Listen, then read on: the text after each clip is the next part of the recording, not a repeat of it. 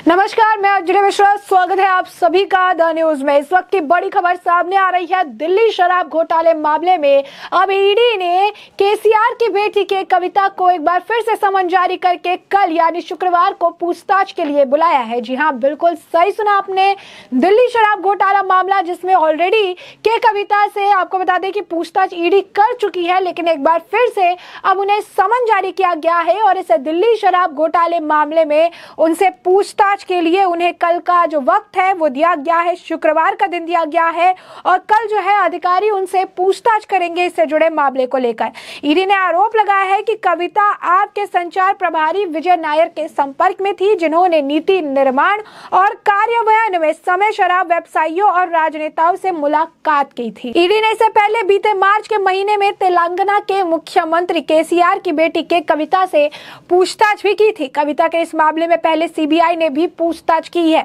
बता दें आपको, इस सूत्रों के मुताबिक 1 दर्जन से ज्यादा लोगों को भी तलब किया गया जो इस कथित घोटाले में नगद लेन देन करने में शामिल जो है थे। और ऐसे में अगर आप देखेंगे तो के कविता की मुश्किलें लगातार जो है बढ़ती जा रही है इस मामले से। जहां पर वो कह रही है, पहले ये कहा जाता है कोई घोटाला नहीं हुआ, अब कहते हैं कि घोटाले से कोई नाता नहीं है, यानी घोटाला हुआ लेकिन घोटाले से कोई लेना देना नहीं है। अब ऐसे में ईडी ने उन्हें दिल्ली स्थित कार्यालय में शुक्रवार के दिन यानी कल जो है बुलाया है। के कविता इसमें पहले भी ईडी मुख्यालय में कई बार जो है पूछताछ हो चुकी है। लास्ट जो पूछताछ हुई थी वो 9 घंटे लंबी पूछताछ हुई थी।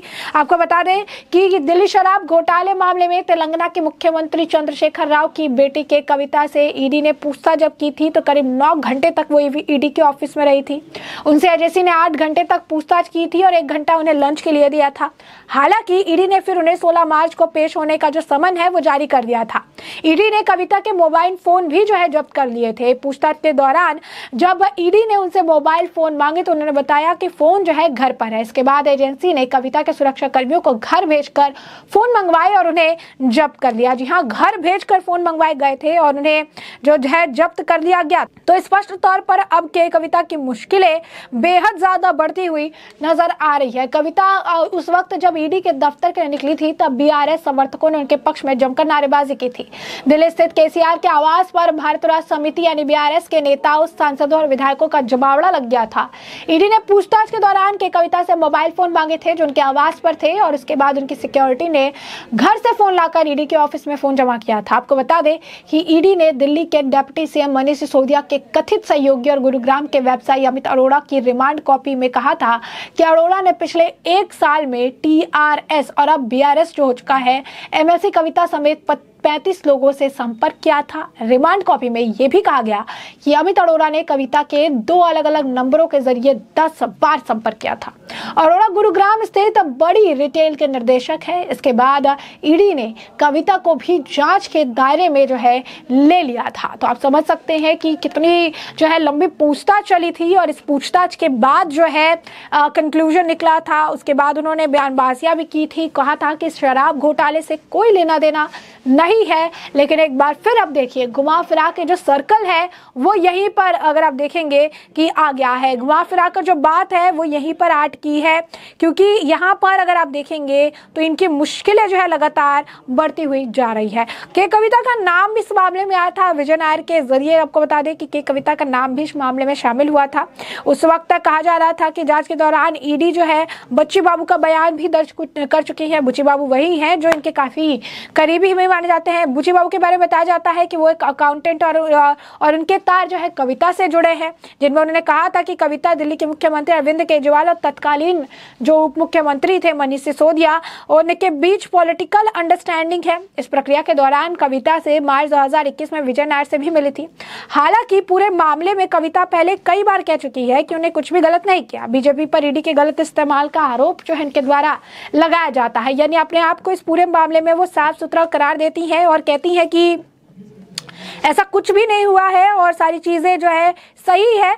तो इस हिसाब से अगर आप देखेंगे कि जो हिसाब है वो इस हिसाब से कि कविता की मुश्किलें लगातार बढ़ रही हैं। जिस घोटाले से अपने आप को वो पीछे करने का प्रयास कर रही हैं, जिस घोटाले से वो अपने आप को दूर रखने का प्रयास कर रही हैं, वही घोटाला उनके लिए इस वक्त मुश्किलों का पहाड़ जो है वो बनता हुआ जा रहा है।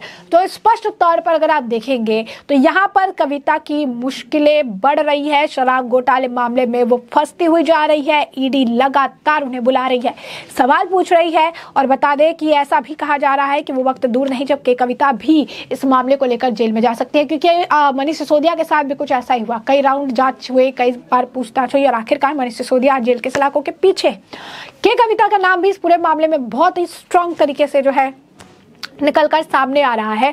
और कहा जा रहा है कि के कविता भी जांच के दायरे में है और के कविता से भी कई बार पूछताछ हो रही है। अगर उन्होंने कुछ किया नहीं तो बार बार ईडी ने उन्हें क्यों समन जारी कर रही है, क्यों उन्हें पूछताछ के लिए बार बार जो है तलब किया जा रहा है।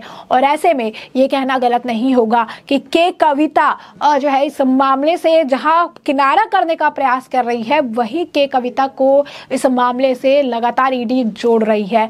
बता दें, साउथ लॉबी को काफी जो है फायदा पहुंचाने के लिए, यहाँ पर आप कह सकते हैं कि साउथ लॉबी को फायदा पहुंचाने के लिए ही इस पूरे शराब घोटाले का षड्यंत्र रचा गया था और काफी मुनाफा कमाने का प्रयास किया गया था।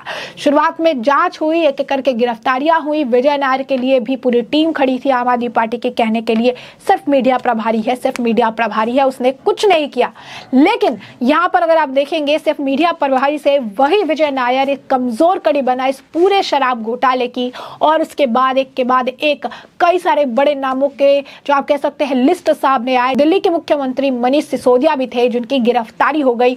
मनीष सिसोदिया जेल में है और अब के कविता को भी जिस तरीके से आप कहिए जितनी जल्दी ईडी का समन जारी किया जा रहा है, बुलाया जा रहा है पूछताछ के लिए, वो समय भी दूर नहीं जब के कविता इस मामले में बुरी तरीके से फंसती नजर आएंगी और जेल जाने के भी चांसेस उनके बढ़ते जाएंगे। अब ऐसे में दिल्ली शराब नीति मामले को लेकर ईडी ने बीआरएस नेता के कविता को अब तलब किया है और अधिकारियों ने ये जानकारी दी है। तेलंगाना विधान परिषद की सदस्य के कविता पिछले साल दिसंबर में इसी मामले में केंद्रीय जांच ब्यूरो यानी सीबीआई ने भी इनसे पूछताछ की थी। ईडी ने आरोप लगाया कि कविता आपके संचालक जो है यानी मीडिया प्रभारी जो थे विजय नायर के संपर्क में थी, जिन्होंने नीति निर्माण और कार्यान्वयन में समय शराब जो है व्यवसायियों और राजनेताओं से मुलाकात की। ईडी ने बताया कि विजय नायर के साउथ ग्रुप नामक एक ग्रुप के कम से कम 100 करोड़ रुपए की रिश्वत प्राप्त की और विजय नायर को बीते साल सीबीआई ने गिरफ्तार किया। कुछ चैट्स भी सामने आए थे जिसमें कहा गया था कि विजय नायर ने के कविता को कहा है कि हमें पैसे की जरूरत है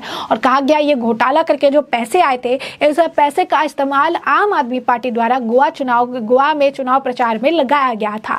तो जैसे कि हमने आपको कहा कि विजय नायर वो कमजोर कड़ी बन गया जिस कमजोर कड़ी से कई सारे राज जो है इस पूरे शराब घोटाले से जुड़े हुए राज खुलते गए, एक के बाद एक परतें खुलती गई, बड़े बड़े नाम का खुलासा होता गया। अब ये देखना दिलचस्प होगा कि के कविता के करीबी जैसे बुची बाबू से भी पूछताछ हुई थी, बुची बाबू पर भी कार्रवाई देखने के लिए मिली थी। अब ऐसे में के कविता से लगातार जो समन जारी किया जा रहा है, घंटों पूछताछ चल रही है, इसका क्या निष्कर्ष निकलकर सामने आता है? क्या कोई और बड़ा नेता है जिसका नाम अब आने वाले समय में शराब घोटाले में उजागर होगा? क्या अरविंद केजरीवाल के तार भी शराब घोटाले में जुड़ते आएंगे? कि कई बार केजरीवाल का नाम भी इस मामले में लिया गया है और अब के कविता से जिस तरीके से पूछताछ हो रही है, तो ऐसे में ये कहा जा रहा है कि आने वाले समय में कई और बड़े नेताओं के तार भी शराब घोटाले से जुड़े रह सकते हैं और कई बड़े नेताओं की गिरफ्तारियां भी हो सकती है। तो ऐसे में हमने आपको ये जो पूरा मामला है ये बड़े विस्तार से बताया है कि पूरा मामला क्या है, किस तरीके से दिल्ली शराब घोटाले मामले में ईडी द्वारा केसीआर की बेटी कविता को जो है समन जारी किया गया है और कल यानी शुक्रवार को इस मामले में पूछताछ करने के लिए बुलाया गया है। और इसी मामले से जुड़े पहले के कविता के साथ सीबीआई और ईडी ऑलरेडी पूछताछ कर चुकी है और अब ये मनी लॉन्ड्रिंग से जुड़ा मामला तूल पकड़ता नजर आ रहा है और एक बार फिर ईडी ने समन जारी करके के कविता को पूछताछ के लिए दिल्ली स्थित ईडी दफ्तर में तलब किया है। तो ऐसे में हमने आपको जो पूरा मामला है ये बड़े विस्तार से बताया है कि पूरा मामला क्या है और अब इस पर मामले पर आपकी भी जो राय हो हमें कमेंट सेक्शन में कमेंट करके जरूर साझा करिएगा। धन्यवाद।